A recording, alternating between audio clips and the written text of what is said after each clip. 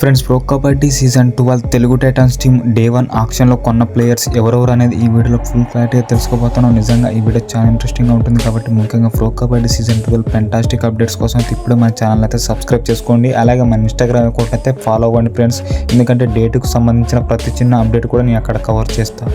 ఈ ఆక్షన్లో మొదటిగా కొన్న ప్లేయర్ అయితే భరతుడా ఫ్రెండ్స్. ఇతనైతే 81 లక్షలకైతే మన టీం అయితే తెలుగు టైటన్స్ సొంతం చేసుకోవడం జరిగింది.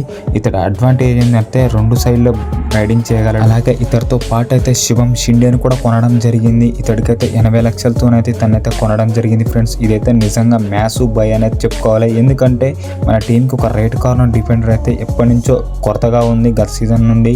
అయితే ఇప్పుడైతే శివం షిండే రావడం వల్ల మన టీం అయితే సెట్ కావడం జరుగుతుంది.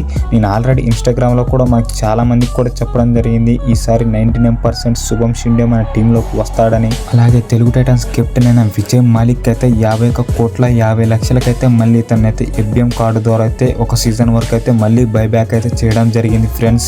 ఇదైతే నిజంగా తెలుగు టైటన్స్ ఫ్యాన్స్కి అయితే ఒక గుడ్ న్యూస్ అనేది చెప్పుకోవాలి, ఎందుకంటే విజయ్ మాలిక్ ఒక టాప్ రైడర్ మీకు తెలుసు. అలాగే ఈసారి అయితే మన టీంలో పవన్ షరావత్ అయితే లేడు ఫ్రెండ్స్. ఎస్, మీరు విన్నది నిజం, అతడైతే తమిళ తలైవాస్కి అయితే వెళ్ళిపోవడం జరిగింది. ఇదైతే నిజంగా సో సాడ్ అనేది చెప్పుకోవాలి. నెక్స్ట్ వీడియోస్తో మీ ముందుంటా, మీ విజయ్ సైనింగ్ ఆఫ్.